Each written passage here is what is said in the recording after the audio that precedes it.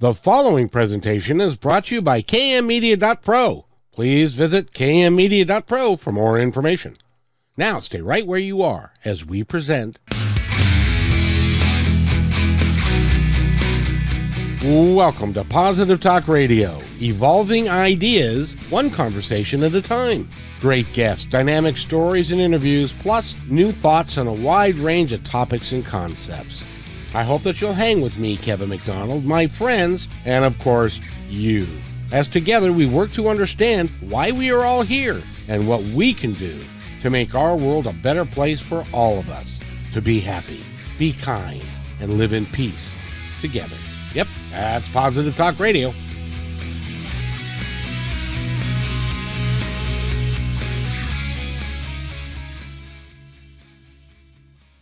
Welcome to another episode of Positive Talk Radio. We are going to have an extraordinarily good time, and I hope that you'll stay with us the entire episode because I've got a guy that is really, really talented at what he does. His name is Richard Blank. He is a chief executive officer. He's a CEO. I don't get to talk to a lot of CEOs. It'll be fun. He's a CEO of Costa Rica's call center, which is a huge call center, and he teaches people that the indigenous people down there how to speak English, how to sell, how to do all kinds of stuff. His website, Costa Rica's call center, he can do just about anything in the service world that you can think of. I was going through it. It's like, wow, they do that. Oh man, they do that. They from web design to sales to all kinds of different things. It really is remarkable. So Richard Blank, how are you, sir? I'm doing great. Thank you so much, Kevin, for having me on this show tonight. How in the world did you end up in Costa Rica? Well, if you can get past your parents' guilt, you could pretty much live anywhere in the world. So that's the first thing. But my story began in Northeast Philadelphia back in 1991 when I graduated Abington High School. My favorite class was in Spanish. So I decided to double down on it at the University of Arizona and be a Spanish communication major. And when I was 27, I had a 1 in a million opportunity to come down here for a couple months to work at my friend's call center. And a couple months turned into 4 years at his center and 22 years total in Costa Rica. And so I've been in business for 14 years with my own center. And no one really decides to be CEO of a call center. You kind of fall into it. But since English is their second language in Costa Rica, and I found it fascinating, the art of speech, I had to dive in and take it on to see what I could do. Now, I believe that the people that that grew up with like not a lot are very gifted and very hardworking human beings. Have you found that to be true with the folks down there? Absolutely. I do know that this is a very strict Catholic country, so we're very selective of the campaigns they take. But I do know this, that when someone is treated with empathy and dignity, and they're not treated like a number or expendable, you'll get the best out of them. And so that's the sort of positive reinforcement, Kevin, that I've been able to receive this entire time I've been here. Well, and from your bio and from everything that I've read about you, you are a progressive type leader that works with people to get the best out of them and to help them to become the best that they can be. Sure. And that's go ahead. Well, I was going to say, as a CEO, you have leverage. Kevin, you can hire and fire somebody, make or break them. And I'm not the kind of guy that would like to embarrass somebody on the floor or make them cry or even make them quit. My goal is to delegate and to find individuals here that shine. So all I can do is discover ways to promote them and get the best out of them, of course.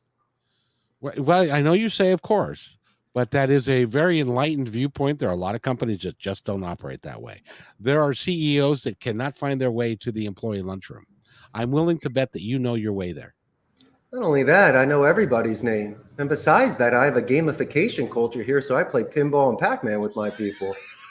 Kevin, the way that we were raised by our grandparents and parents is a certain way. And to me, I wish I could give you a financial tip or trick or a CEO cracked code, but I mentioned that one word, it's empathy. And just by going old school with people and not being their best friend, but being someone they respect and I respect them, There's no reason why we can't have a wonderful working relationship together. And I will say this, it's very important to know people's names, and it's very important to onboard them properly. And if you do, then besides just being a good leader, you're a mentor. You can also be a teacher. And so these are the things, especially in this delicate age of when people are building their careers and their self-confidence, that I take it very seriously. It's not just giving them a job, Kevin. This is a multi-generational society here. And so a lot of these young men and women could be supporting their families and buying medicine for people. And so I really look at it as more as feeding families compared to how much money I'm making. And I can tell you from my experience in management that when you treat people well, you treat people fairly, they tend to want to stay there. They tend to tell their friends and family, hey, you should come work where I am. We really like it there. And your turnover goes down, your productivity goes up, and your company culture becomes a very positive thing. And there's some people in the United States that still don't get that. I'm glad that you do. That's true. And telemarketing and call centers, a lot of your friends and people you know do earn a living through customer support. And you Yes. don't need to work at a call center with a predictive dollar and infrastructure to be making prospecting calls for a company or even receiving calls. I find it is an admirable position as long as you're not compromising ethics, values, and morals or calling Kevin during dinner. That's very not cool. But in Costa Rica, if you're talented, you can actually earn more than most vocations. So I do have people here with law and medical degrees that are actually earning more money here than they would in their selected fields. It's remarkable, isn't it? It is. I had when I was a general manager of a restaurant in Seattle, Hmm. we had what we called the Mexican pipeline. Okay. And one of the guys that was working as a busboy for me for 40 hours a week, and then he had another job working 40 hours a week, and he had been a principal in Mexico Oh, of a high school, but he found that to support his family, which is this goes back to the 80s, but to support his family, he needed to work a 40-hour job to pay for his living expenses, and then he worked the other job and sent that paycheck home. So okay. he was actually supporting his mom, his dad, his little sister, and stuff because he could make that here, and and so they work incredibly hard, and they're used to working hard, and I think that's great. It's true. And burnout is big in call centers and rotation and attrition. And so once again, I make sure that when people are here, they have their job stability and they can recharge their batteries. So when they leave the office, they can confront any sort of challenges that they have. So it's a certain circle. So when they come back to work again, they're ready to go. And once again, if somebody's having a tough day, I will pull them aside off the floor, put a little water on their face and get them to relax a little bit and to refocus and reset themselves, because you and I have been in those shoes. I never walked in as a C-level executive. I worked at my friend's center for 4 years. So I got to see the gripes, the good and the bad times, and really learn this business from the inside and out. And I got to see what I could do to enhance the experience for the agents and for the clients. And I could grow a lot faster, Kevin, but I'm very selective of the campaigns that come in. I'd rather fulfill the needs of the agent before the client, because if they're not comfortable with the account, they're just not going to want to do it. Exactly, and it's interesting that call centers would have well, actually, it makes a lot of sense. The call centers would have a high stress level and a lot of turnover because of that high stress level. And I can only imagine what it's like to get on the phone all day, 8 hours a day, and get hung up on like a bunch and stuff. Does that happen? Well, it really depends on the vertical that you're calling, but I see it as this. It's like the gym. When somebody first comes into a call center, you really need the endurance to make 40 hours worth of phone calls a week. It could be draining, but when you're used to it, it just seems like a normal day. When you're on a predictive dialer, you have a much higher contact ratio than you would if you were manually dialing, which could be exhausting. But mind you this, English is their second language. They're getting a return on investment of their education. And for me, speaking Spanish, it was always stimulating for the jobs I had in the United States prior to Costa Rica. And for them, once again, they found it enjoyable. And so what I like to do is I put things in perspective. If they're getting yelled at and hung up upon, we need some coaching on that. That really shouldn't be happening that much. And there's other sort of soft skills that we can do to become more diplomatic and strategic to reduce any sort of friction and to move conversations along. But they have to realize that by learning a second language is 10 times harder than what they're about to do. And all that dedicated practice they did prior to even working with me shows. So fear is really a morbid anticipation of something that hasn't happened yet. So if I can properly onboard them, prepare them, and give them that support, a lot of what you had mentioned earlier pretty much gets eliminated. And once again, there are certain soft skills that we can do on the phone to eliminate any sort of cursing and frustration. Now, naturally, clients could have questions and they need clarification. And by doing active listening, by using a name, by talking about pronouns to keep their attention, by reviewing information with people to show that you are active listening and they don't have to repeat it, there's a very good chance you can get a first call resolution for less time. And so once again, this is a skill that people can build up. And if they just practice it outside of the office like you and I do with dedicated practice, because you make it look easy and I make it look easy, but your audience doesn't really see the amount of hours and preparation that we do off camera. And so as long as people are willing to train and prepare themselves, then it should be very easy, any sort of job that they go into. How difficult is it to get the lingo of American English from Spanish? The words are said differently and stuff. How difficult is it to use English as a second language? Well, most of these individuals, once again, have been speaking English since they were very young, but I have a trick for that. There's a couple different things. If they don't know certain slang, instead of saying the beach, you might call it the shore. So I need to teach them that. But I would like for them to write out specific words phonetically because they might have issues in regards to their vowels, just in regards to the phonetics. I want them to learn how to spell it.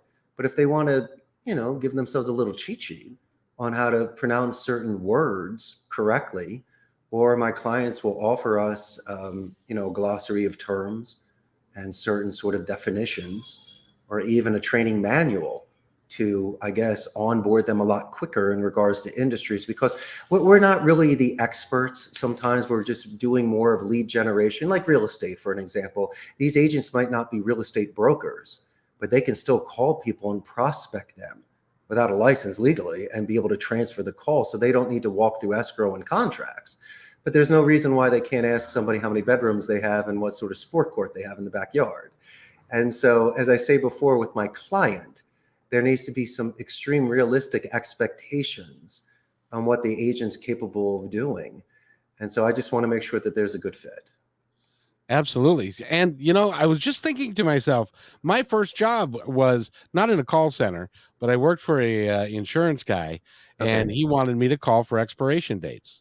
Sure. And I still remember the script that I had then. Hi, my name is Kevin McDonald, and I'm calling on behalf of Don Kramer, your local farmers insurance agent, and we would like to know when your policy is going to expire next time, so that we can give you a competitive quote. Can you give me a date when that's going to happen? And it was, it was fun. I didn't get hung up on a lot, because if you're engaging and you've got a smile in your voice, people are willing to listen to you. Has that been your experience? Is that what you teach? No, absolutely. But off the bat, if I could just do a quick QA on what you just gave me there as your example. First and foremost, you're using a lot of trigger words there to keep their attention. I like how you're playing on the pronouns. You're definitely changing the certain speed a little bit to capture their attention. I like how you gave yourself the name drop. It was very clear. And so besides even the potential client responding to you yet, obviously I can tell by your tone that the call is non-threatening, and it seemed to be in very good faith. So that sort of training that you went through, I think is fantastic. I think you have a structured phone call. Now, talking about smiling on the phone, sure, certain people could do things like that. And I also believe in illustrators where your body, there's a congruence where your audio is matching the visual, where your body could be expressive when you're speaking. I really, really encourage tie down and rebuttal questions where you could see if something makes sense or sounds good, right? A lot of the times on the phone, you'll hear a dog in the background because people are working from home, Kevin. So inadvertently and passive aggressively, I'd like to use the Me Too technique. I'll let you know how much I love dogs. I'll follow it up with a question by asking you the dog's name. And then you'll put the dog outside, you'll come back and I'll anchor you in regards to talking about your dog. Usually you'll ask my name again. I'll give a Buffer-Boomerang technique by saying, hey, Kevin, that's an excellent question. My name is Richard Blank. So at least I'll repeat it to show active listening and send it back to you in a positive. And so these are sort of structures that once you see it, you don't unsee it. 3 weeks, it becomes habit. You're not being slick and clever. You're just being structured. And there is this way to manipulate a conversation in order to match somebody's rate and pitch to see if they have a spike or a dip as a tell sign to ask them a question. And I also believe in studying people's answering speeds because that is something that's subconscious. You could always manipulate your tone, rate, and pitch. And my suggestion, in which you have in abundance, your tone should always be consistent and it should be confident and empathetic. You usually mirror image somebody's rate and their pitch to see if they have a question. And I also believe in stacking open-ended questions. Like I could describe all the 3 or 4 things my company does or the insurance company that you represented does. But I'd like to not do desert pitching, Kevin, because a lot of people just do 4 or 5 minute runs. When you do desert pitching, there's no oasis. You got to let the people drink and rest for a minute. So anytime you give a list of something, you should almost serve it like a dessert tray where you show it, wait for a positive reinforcement. And then at the end, you could say, hey, Kevin, I'm sure you like at least one. So at least you're raking it. And then throughout the conversation, you could almost say, hey, since you still have me on the phone at the conclusion of the call, you did mention you liked A. What about B, C, or D? You said you like D again. I just raked you. I love repeating information in military alphabet because Memorial Day just happened. We all know someone that served, and we're extremely proud of the United States military. And then finally, if I may make a huge suggestion, that if there is a gatekeeper or an assistant of yours and I get transferred to you, when I'm speaking to this individual, I'm going to give the gift of a positive escalation. I'm going to let you know how amazing your assistant was. I'm going to do it verbally. And then when I write you an email, I'm going to mention it written. So when I happen to call your company back and this individual answers, they're going to say, Richard, in the last 5 years I've been here, you're the first person that ever wrote about me. So obviously this Richard Circle is going to add some sort of momentum and show very good faith prior to any sort of contracts. Good Lord, I had no idea how complicated this whole system is. But at the end of the day, when somebody gets trained like you're talking about, they can do anything and go anywhere and sell anything, and because they get it, they understand how it all works. Well, just like you see in the movies of The Wolf of Wall Street, Glenn Gary, Glenn Ross, or the closing scenes in Boiler Room, that's only a specific vertical. That's a certain sort of assertiveness that sometimes does not fit every profile agent that we have here.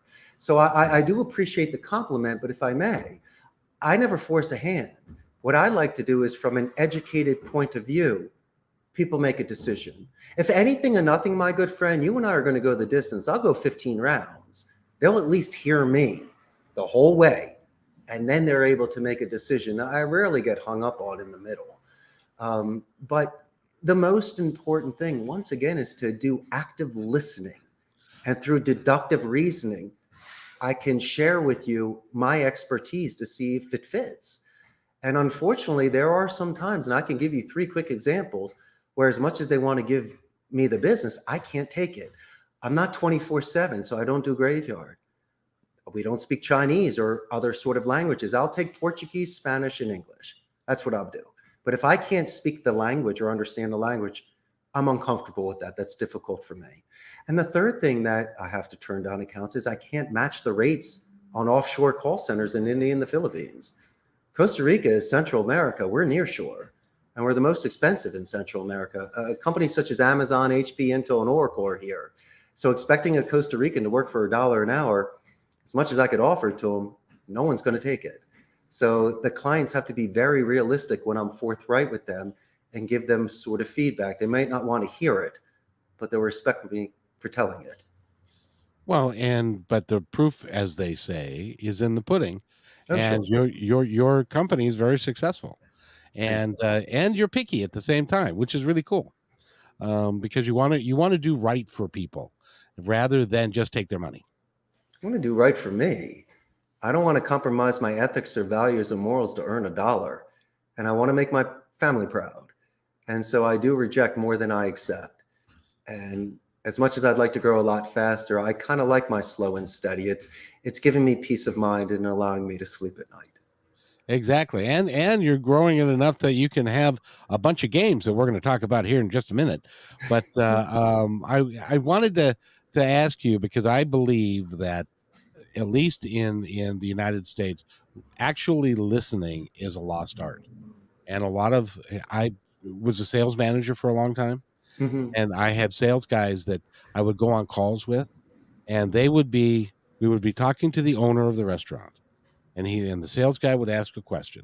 The owner would answer the question, but I could see it in the sales guy's eyes that he was thinking of a rebuttal to what he was going to say next, rather than listening to the concerns of the person he was talking to and directly addressing those concerns. He was thinking about, okay, what am I going to say next to? And so he didn't even listen to him.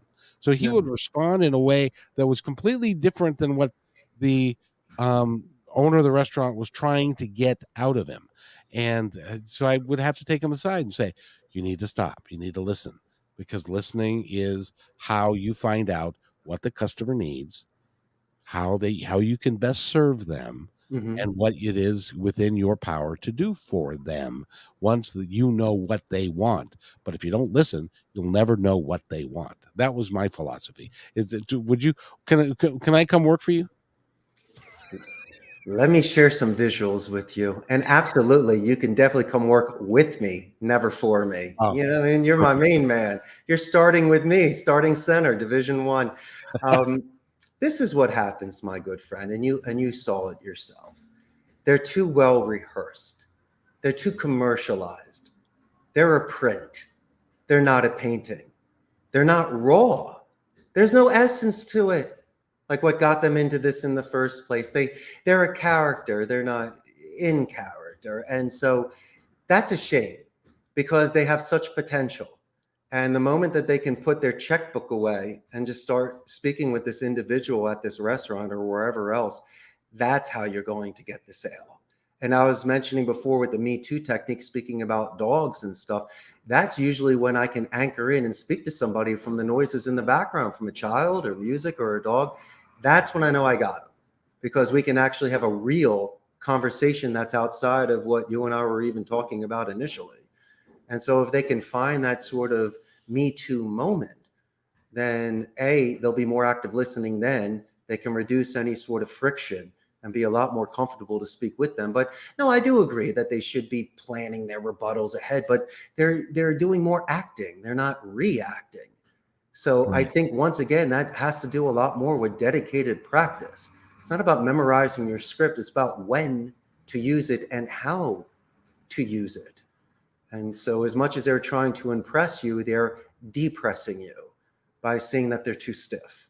And that bothers me. I think people should sway with the wind a little bit. And sometimes things happen naturally. And instead of making 100 phone calls a day, why aren't you and I making 89? So we can be on the phone for an extra 3 to 5 minutes to look up a website, to compliment an anniversary or promotion, or just to talk, just to see if I can get the pass to pitch in order to suggest my services. And so they have those skills, but right now people are more non-voice omni-channel. They're doing things through chat, through email support. And the challenges that they would have, my good friend, is that when you don't speak to somebody on the phone, you're reducing the chances of a client retention. You're not able to upsell somebody, forget getting a referral. And even worst case scenario, where let's say you're losing the client or their competition is getting, if they're willing to give you an exit interview and tell you areas in which you could improve or how your competition was able to earn your business, I sometimes find those calls to be even more valuable than closing a deal with that client. Oh, exactly. Well, at its core, Sure. this is all about relationships. Has to be. And it is amazing to me how in 30 seconds you can build a relationship or begin a relationship with somebody to keep them on the phone. Because how do you teach them? How do you teach your folks to start building that relationship right away? That is why you have the best podcast. You literally are asking me some of my, really, is this underhand wiffle ball pitches? You're just giving me the best questions. I'll give you a wonderful technique that I do. I call it the company name spike. This is your first, not even 30 seconds. It could be the first 3 seconds of a call. Let me give you an example. You have Positive Talk Radio, right? And I'm calling your company and somebody answers the phone. They're like, hello, it's Kathy, Positive Talk Radio. I'm not going to ask Kathy how she's doing or even to speak to you yet. I'm going to utilize anonymity just for my opening, not the whole call because that's shady. But I'll say, hey, how's Positive Talk Radio doing today? And so what I'm doing is I'm saying the name of your company better than your person did. And they're going to realize that I could be a mystery shopper, your best friend, or your best client. So obviously they're going to answer me, we're doing great. And that's usually when they ask my first Buffer-Boomerang question. Who are you? I'm going to go, Kathy, that's an excellent question. My name is Richard Blank. And then we're going to have a nice conversation. I'm going to let them know that I'm going to give them a positive escalation when I do get transferred to speak with you. We spoke about that earlier. And so all I'm doing is using my first couple seconds to say something that you're familiar with. I said it better than you because you know I'm going to say it better than you. And I'm going to use this anonymity because most of the time when they start asking how Kathy is doing or being able to speak to you directly, usually they say, we're good, thanks, or no, thank you, or what are you selling? I'm not doing any of that. I'm immediately showing good faith, and I'm taking it from certain percentages of a half-point shot to not even a 3-point shot. No, it's like foul shot percentages. I'm not guaranteeing you 100%, but what I can do is increase your percentages of prolonging a conversation because no one's going to ever give you 10 minutes, Kevin. You know this. No. You're lucky if you get 30 seconds. So my opinion is to keep buying time.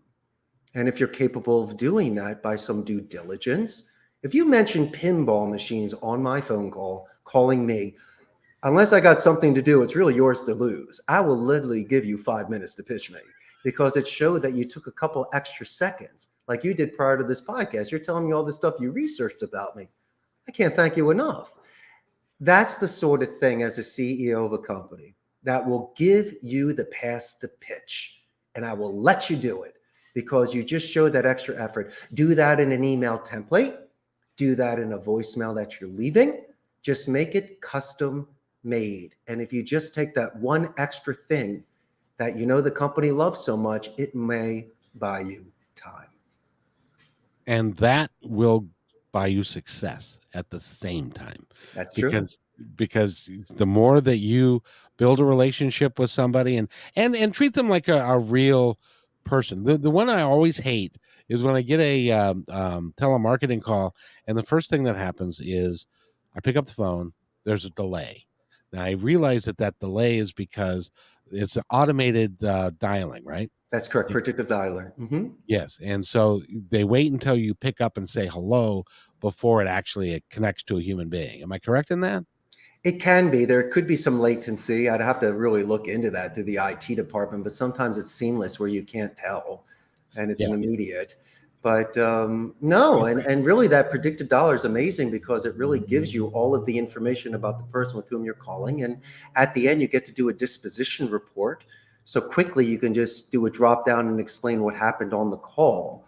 And so what happens there is that these agents are literally able to have almost a full hour's worth of talk time minus any sort of wrap up or CRM time. But, that's something regarding the center. I don't know. A lot of the times they'd like to do these voicemail drops. And then you would have to opt in that you're interested to speak with somebody legally to talk to them. That could be a pain as well. And, I have somewhat empathy towards these agents making these calls. It depends. A lot of times they'll tell me that my car warranty is expiring, but guess what, champ? I haven't lived in the United States for 22 years. So obviously I don't have a car warranty expiring. So that upsets me a little bit. But if I get somebody on the phone and it's something I may qualify for, like telecom, for an example, and I compare rates, I'll listen to them pitch. And with their permission, I'm going to ask to do a QC on them, a quality control. We do 22 KPIs, which are key performance indicators, and we can gauge a call through the questioning and the answering. But I usually look more for soft skills. when they do name draws, positive escalations, military alphabet rebuttals, and things like that. And so when I'll speak with somebody, I'll, let them qualify me, send me info, maybe set up an appointment, but I'll ask them if they have a couple minutes because I'd like to give them some professional feedback. And I'm not saying your tone was this, your tone was that. I will literally restructure their arguments and explain to them open-ended to closed-ended questions and certain sort of vocabulary that I think would be more diplomatic and change the tone a little bit. And I know that they're listening because they will repeat back to me or even ask me follow-up questions on some of these skills and thank me for that.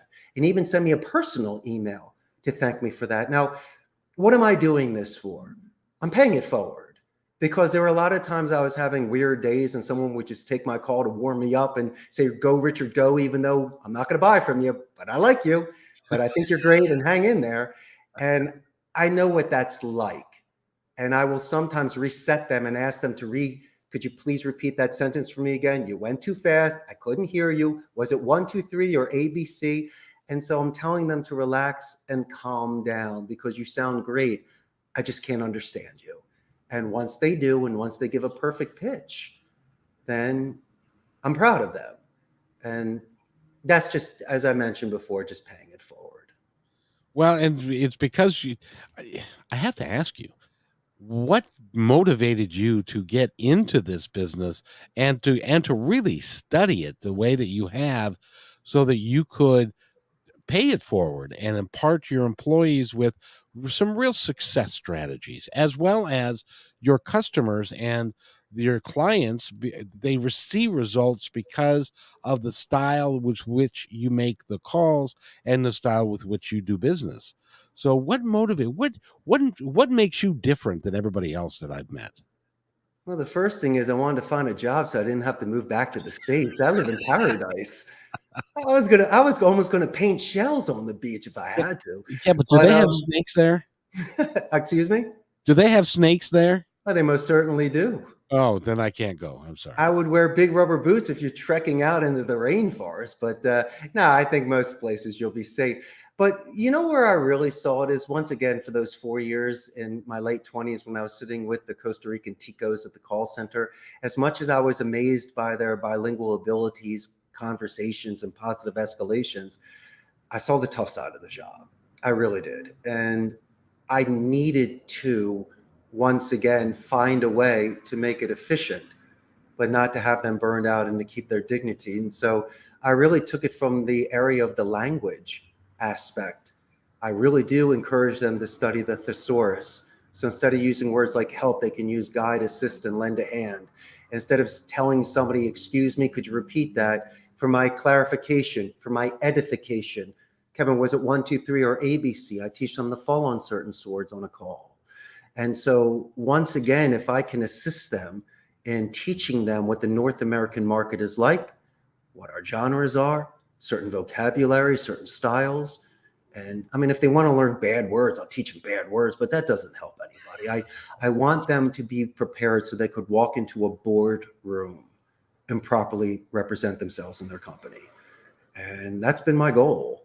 And through these years, I've seen some incredible people, and you're going to love this the most. I'll hire people with experience. They come in, they're hot shots. Sometimes they could be cancers. It depends on the person. I like the person more that's got no experience at a call center. I mean, they're brilliant, college educated, bilingual, the whole shebang. They just don't know what a phone system is or a headset. Who cares? I can teach that in an hour.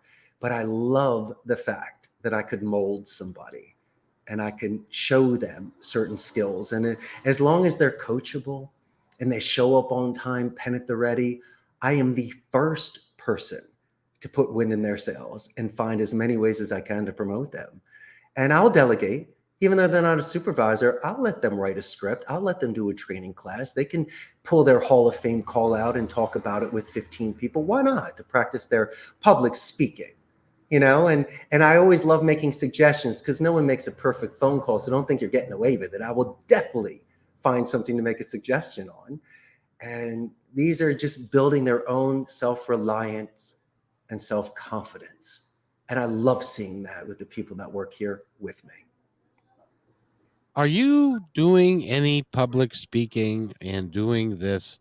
You have any idea how much how much in demand you would be across this country if you were to put together a program and to become a public speaker. You could be filthy rich. Thank you, my friend. I have no seminar. I don't have a book. The fact that you even mentioned my company, thank you very much. I'm doing this today just to share ideas. We're good friends. I'm adding wind in your sails as you are mine.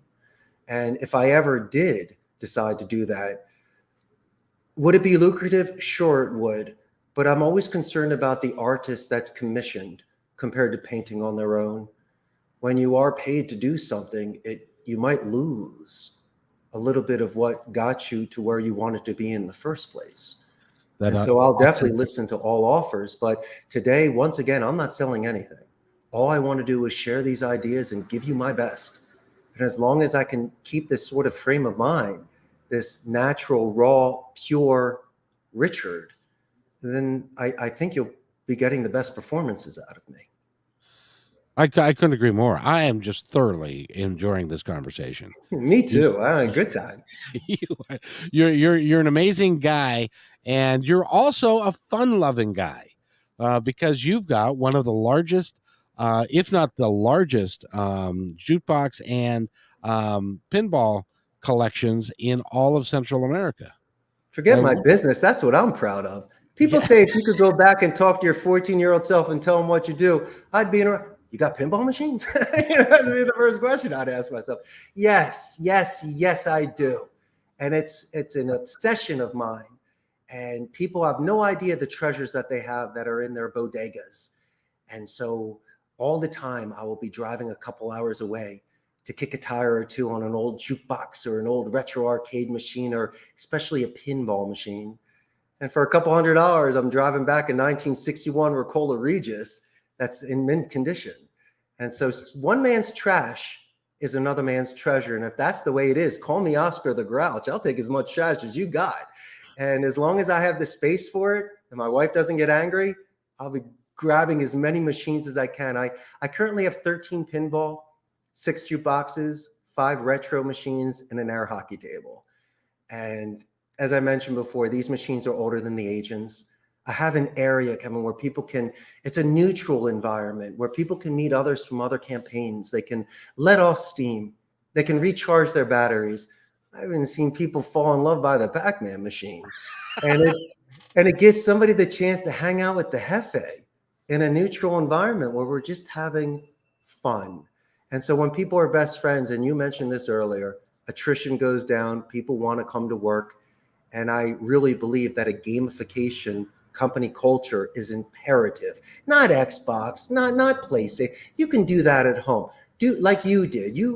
Before this podcast, you told me that you bought the thing you always wanted, an old retro machine with a MAME emulator and 3,000 games. And we're talking about how much fun we're having. You deserve that. And I think that if an environment creates a game environment where people can play, they will become that much closer. And so I really, really stand behind that. And play with each other, and they're, when one is shooting the pinball, or the others are watching, and everybody's laughing and having a Coke or whatever it is. I got enough games where everyone can play. No one's waiting unless they want to and put their quarter on the marquee. Oh, no. Everyone's playing. And so how much space? Now, the games are actually at the facility. Is that right? Yes, I got some in my own home where I have a private man cave, but the majority of my machines are here on the first floor. It's kind of funny. I got my air hockey table that's in my training room. It's so loud that I had to take the plastic pucks, and they got these now more of like a rubber sort of puck. And with the Wildcat 125, you can create these really smooth surfaces. And so literally I had to put the air hockey in there because it is so loud. People are screaming. So when there's not classes, doors are shut. You see people sitting in the chairs watching that. That's really where our tournaments happen. And it's amazing because the littlest, smallest agent we have has got the greatest skills and can totally stop those shots. And so I love it. It's fun. And people stay later after their shift, or they'll come a little bit earlier to just hang out. And obviously, we're doing something right. obviously, because your company's growing. But you see, but even if your company wasn't growing, you're doing things the right way. You're doing things the way I think that they should be done, because I believe that we're all one, that we're all connected, that we're all the same, regardless whether you're the CEO or the dishwasher or the general manager or the cook. You've all got a different job, but we're all human beings, and we all have the same wants and needs and desires, and we all want to be fed. We all want to have a house. We all want to have a beautiful wife, unless it's a beautiful husband, and and all of that. So but that's we're really simple people. Yes. And it doesn't take a lot to make us happy. No, it really doesn't. And I also follow all the Costa Rican labor laws here. I am a guest in this country, and I want to make sure that we do things correctly and that everyone gets their full salary and benefits. And as I mentioned before, my main goal is to feed families. And so once again, by being embraced here, learning their language, learning the culture, learning the traditions, it made this sort of transition for being an expat the last 2 decades very easy. And I could recommend it to anybody. My main suggestion before going abroad, and this is very interesting, that a lot of things that you and I hold dear in the United States and people hold to such high esteem really don't make a difference when you leave the country. And so a lot of the stuff that might make you important back home doesn't work here. And what I realized quickly is that people will really judge you by your essence, really who you are. And so when I was able to show that I learned their language and I understand their culture and that I do respect the fact that I'm a guest, once again, this positive reinforcement was just in abundance, where I realized that I was at the right place. It's amazing. I've talked to a lot of people that have traveled internationally. I haven't had the ability to yet. I plan on doing it at one point in time, Come but visit me. but I will. I don't think I'm not gonna. No.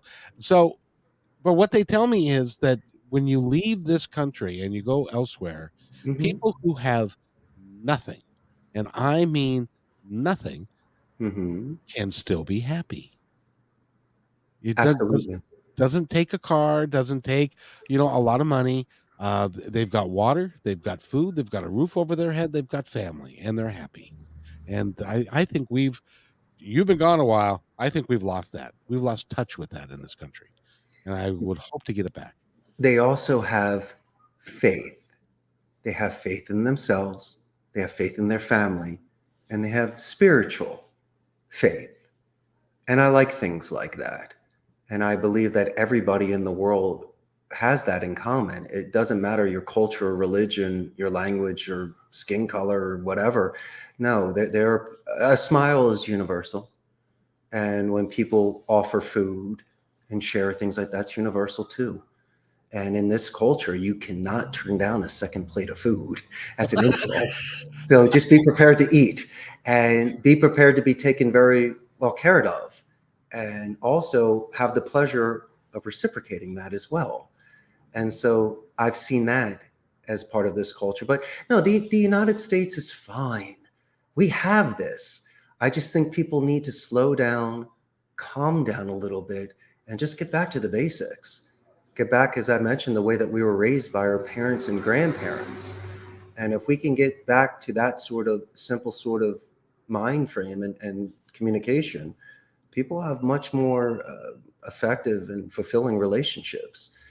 What's happening is people are texting too much and they're not calling or they're not seeing one another because of maybe COVID. People got isolated and it's not easy. It's really the tough road is to get back into that. The easy way is just to keep doing what you're doing.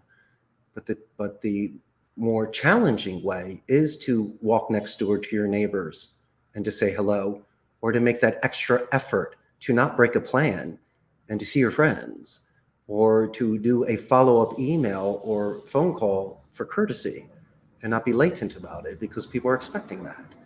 And so as long as you can do those sort of things on a daily basis, it won't pile up, you won't forget about it, and you'll be invited to a lot of parties and events because you're showing interest in that sort of relationship. Absolutely. Yeah, I asked my youngest son when he was 18, 19. This is about 10 years ago.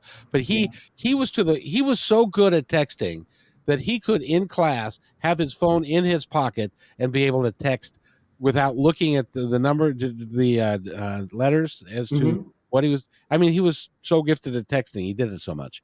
So I asked him one day, I said, so don't you find that texting takes away from the personal attention of having a conversation with somebody? And he said, no, I'm fine with texting. Besides, I can talk to 5 girls at the same time when I'm texting, and I can't do that when I'm on the phone. So it's like, well, okay. But What's your son's name? The Fonz? I mean, that sounds great. 5 girls at the same time. he Remember was, our generation. oh, We yeah. had to call people's homes to ask permission to speak to our friends. Yes, we did, because Dad would pick up the phone and it would be like, "Who's this? That's right. Oh, can I talk to Lisa, please?" And but nowadays none of that's. But I think you're right. We've lost a human touch, and it would be great to get that human touch back. I got to ask you, in Costa Rica, what's the homeless situation like? It's there. And I see it a lot in San Jose. But really, what I see is it's more of somebody that's lost their way.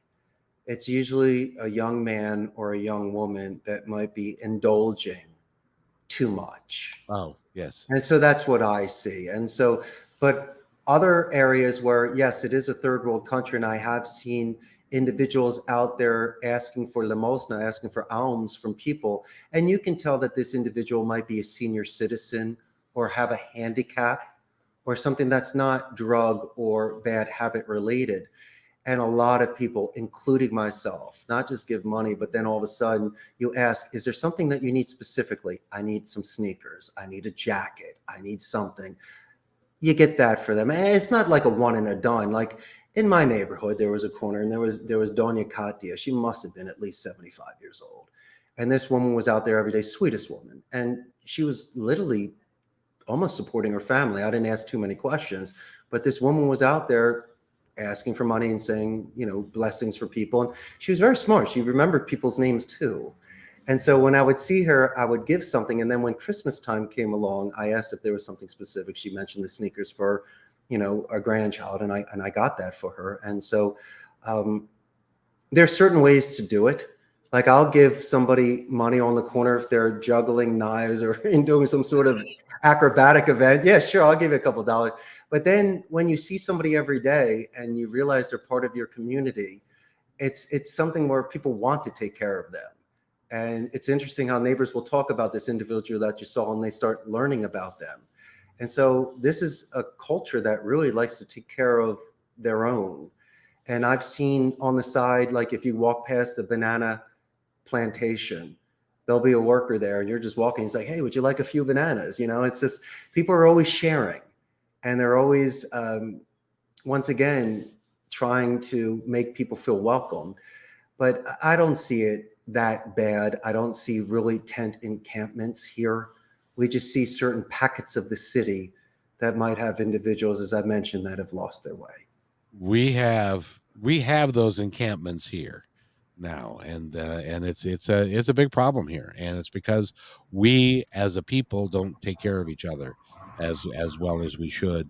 And there is some drug abuse, and there is some stuff like that, but uh, it's interesting that if that people will give you a banana if you're down there or whatever.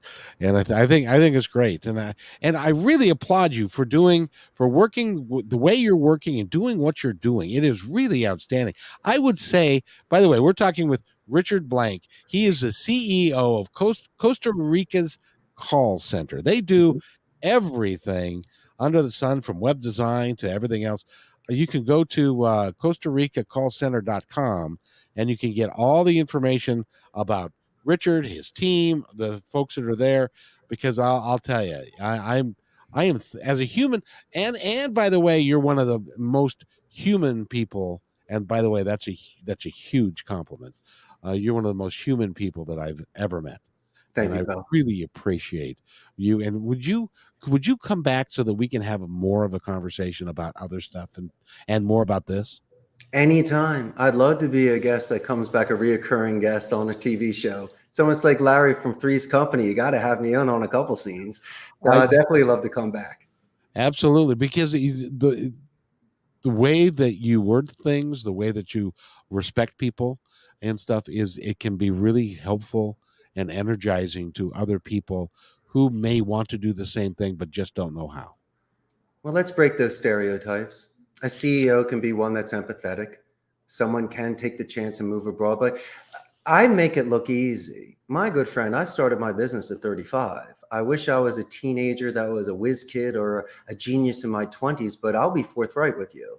After working at my friend's call center for 4 years, I learned the business, but I wasn't mature enough. It took me till my mid 30s to have impulse control, maturity, and enough money saved where I was responsible for those contracts and job stability. And also, I didn't take a loan out. I don't have a partner. I don't pay interest. I did slow and steady. I first started renting a seat at an open air blended call center. Then after a couple of years, I rented space and built out 150 seats and bought the equipment. After 6 years, I saved enough money to purchase and build my 300 seat center. So it's more of the tortoise, not the hare. It's grandma telling me if you can't pay for it in cash, don't do it. And it's also me saving enough acorns for the winter so I could weather storms. I wish it was bells and whistles and shortcuts and exciting, but it's not. It's being very responsible and taking your time and just making sure that you are fulfilling the needs of these agents by giving them their job stability. And in this industry that's so competitive, especially against Amazon, the best thing that I can do, once again, is, as you say, just have these sort of ethics and put my best foot forward.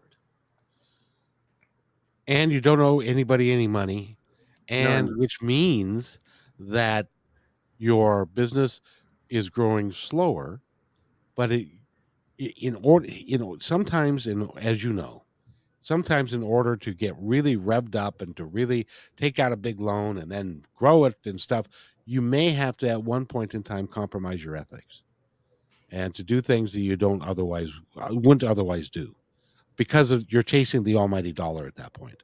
You don't have to do that.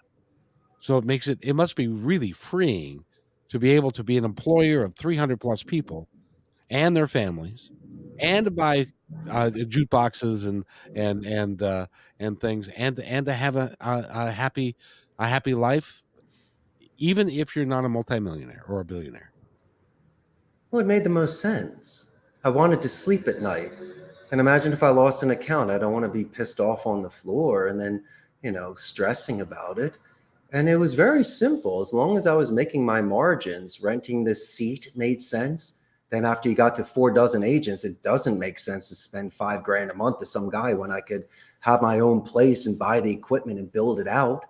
And instead of buying brand new, computers can be excellent secondhand. And a lot of the call centers were going out of business. So they bought it new.